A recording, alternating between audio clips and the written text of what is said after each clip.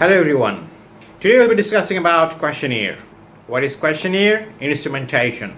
Instrument. Many people they don't know why we are calling a questionnaire, your research questionnaire, as instrument. You see, what does it mean by instrument? Instrument is a tool, right? Questionnaire is also a tool to collect the data for your research.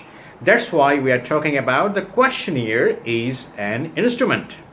One thing to be noted, you see, many people, they mismatch with two meanings and they use two meanings as if they are the same thing. No. One is called survey questionnaire. Another one is called interview. They are not the same thing. Interview most likely refers the open-ended questions you are throwing to the respondents and they are giving their own opinions. All right. So it is open. It is free. You're giving them the free idea, free scope. They can say anything. So this is open-ended questions. Open-ended questions consist of the interview. If it is closed-ended questions, the items that we have in the questionnaire, we call it questionnaire, closed-ended questionnaire. That is used usually for the numeric data, quantitative research. And open-ended questions, which is like interview, they are used for qualitative research. That is the main difference between two kinds of things. One is questionnaire, another one is called interview. Now, when you talk about questionnaire, there are many things you need to consider. Maybe first thing, how did you come up with the items? You have variables, right? And every variable consists of a group of questions, a group of items, a certain number of items that you have. By the way, items and statements or questions in the questionnaire, they're the same thing. We know that, right? So every single items, how did you come up with this every single items? Did you adopt it? Did you adapt it? Or did you develop this? What does it mean by adopt? Adopt means you are taking as it is from somebody else. Is it allowed? Yes, it is allowed for instrumentation purpose. For questionnaire purpose, it is allowed. How about adapt with A? Adapt means you are taking the concept and you are changing a little bit to fit with your own research. Example, somebody has asked, I am happy with the service of this hotel, but your research is not about hotel industry, for example. Your research is about hospital, for example. So I am happy with the service of this hospital instead of hotel. Now you're saying hospital. So that's the thing that it is called adapt. And develop means something new. You're creating something new for your own research. But again, what you have to do if you are developing a certain number of questions or items for your research in the questionnaire, what you have to do, you need to refer the sources that have given you the ideas of creating certain items, certain questions.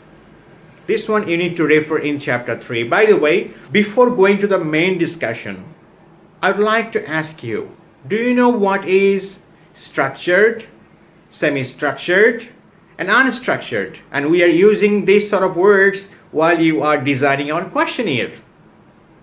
If you are not sure, please take note, find out what are those. As we discussed, open-ended questions for interview, closed-ended questions means items for quantitative research, right? And interview is for qualitative research. Let's talk about how to design a questionnaire. Everybody knows that. If you search any textbook, research methodology book, you will know that. First of all, we need to know what is a cover letter.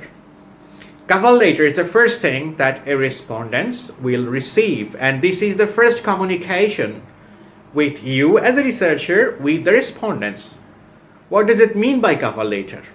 The purpose of cover letter is to communicate between a researcher and the respondents and is to alert and convey the information to the respondents that you as a researcher what you are going to do and why you are going to do that and how it will be conducted and how the respondents will be responding to your questionnaire. Today we have Gayashini Nanayakkara from Sri Lanka. We will be reviewing her questionnaire, PhD questionnaire, doctoral research questionnaire. And by doing so, we will know a lot of things. I believe those are quite common if you are doing research or similar research or quantitative research using the questionnaire. So Gayashini, can you please show us the cover letter first? This is the cover letter. Excellent. Survey cover letter, but you need to put research title somewhere. Okay, sir. Okay, all right. Participation is strictly, all right. Just put that like private and confidential. The time also you put about 10 to 15 minutes. You just take note now. Later on you can put. Okay. Okay. Very good. Scroll down a bit. Okay. For now it's fine, but later on, if you put in the appendix, you just put the signature like "Thank you, sincerely yours." Okay, fine. Now please share your questionnaire. What is your section 1 demographic? Okay, before that, this is the first screening, right? Whether you are there or not. Okay, if you are, then yes, like this. Okay. What if anything they are putting no, that means they don't have to proceed further, isn't it? Yes, sir, yes. This note you write down there and just right up to the table that if anything falls as no category or something, yes, please further questions. Okay.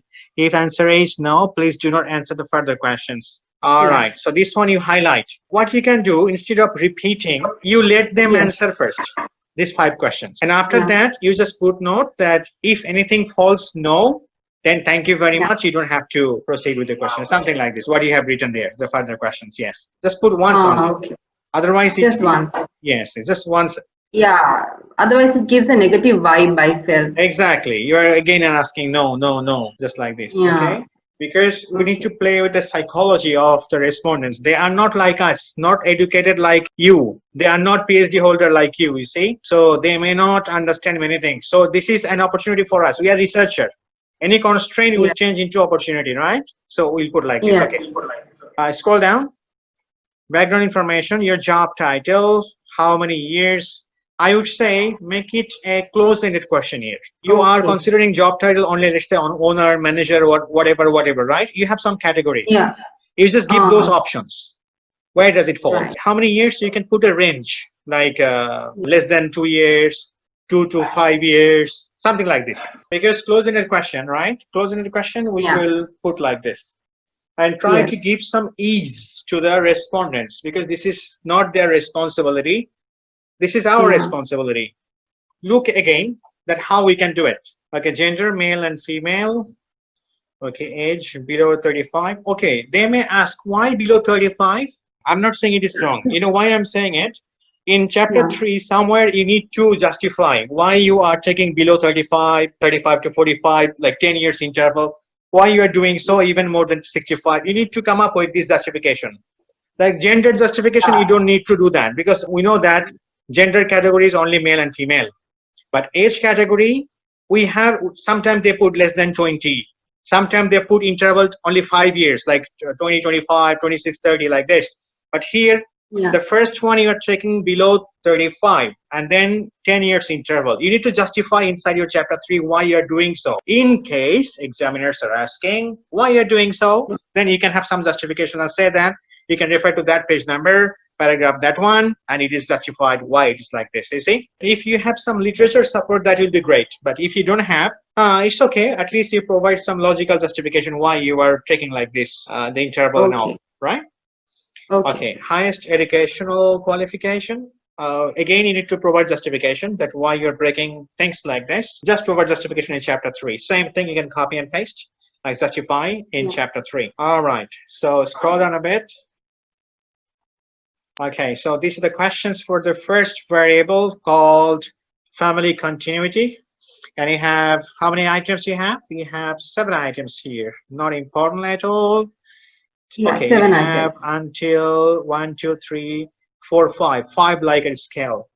So extremely important. All right, so scroll down a bit. Every single item, you have some backup that where did you adopt it or adapt it or how did you develop, right? You have that, right, in chapter 3? Yes, sir. Yes, yes. It was so I'm not going to comment on that. I believe by now you know already that how to come up with these items. Okay, 6 items. 6 items still okay. Well, you don't expect that many items will be deleted during a pilot test or EFA or some other things. Hope so. 7 items, okay, no issue. You see, number seven Yes. is going to the another page, and we have Yes, like sir. not important and everything. They might not know the scale. Okay, what Yes. to do is you select the first heading like family prominence and other things. Just select the whole table, whole row. Then you click on layout. Then repeat header rows. Click on that. So if it is broken also, so it will appear the next page. So easier for the respondents to refer. Okay. Yes. Yes, sir. This one you can do in your thesis also. Any table, because chapter 4 there will be a lot of tables, so you can play this trick. So easy for the examiners as well. Okay, scroll down a bit. And another thing, this one, what you do, you click on design, just put a little ash color. Easy for the respondents. By the way, selection policies, you only have 5 items. I would recommend even 6. Yes, I sir. was thinking like 6 only. I would recommend at least 7, 8 items. Otherwise, there are several possibilities that we may lose our item. You know that, right? Yes, sir. Yes, Like sir. pilot test, like cross-loading in EFA, then another reliability Yes, later on, then of CFA, course. then measurement model, then structural model. We may have many possibilities that we may lose our Yes. items. So it's better Yes, to have sir. at least 7 to 8 items each of the variables. Okay, same goes Yes. here. Yes. Same comment, I would say. So maybe you can Same. copy and paste. I'm not going for the content of each items because I believe we have Yes, gone sir. through it for adopt and adapt and other things. So it should be fine. Yes, sir. Okay. Yes, All I right. have. Next, Sir. remember the one thing, you see, development practices. Question number 5. The item 5 says, we provide training focused on team building and teamwork skills. Okay. Now, make sure that if you ask any questions, items, it has to be uniform. Means uniformity. What is uniformity? If you ask the questions in terms of first person, like I, we, like this, maintain all throughout the questionnaire. All I like Right. use first person. If you use second person, like you, what you do, blah blah blah, then you use all you, second person. Or third person or passive form, you can ask anyway. It's up to you, but make sure that uniformity is there. Okay, this one also need to modify a bit, like growth in sales. Maybe you can put like our company has blah blah blah blah, something like this. All right, so far so good. So what do you do with the last sentence? Thank you for your cooperation. This one you just put down, you just enter 1 or 2 spaces and make it bold and put the center of the page. Thank you very much for watching this video. Hopefully this will give us an idea that how to proceed further with our questionnaire. Thank you very much.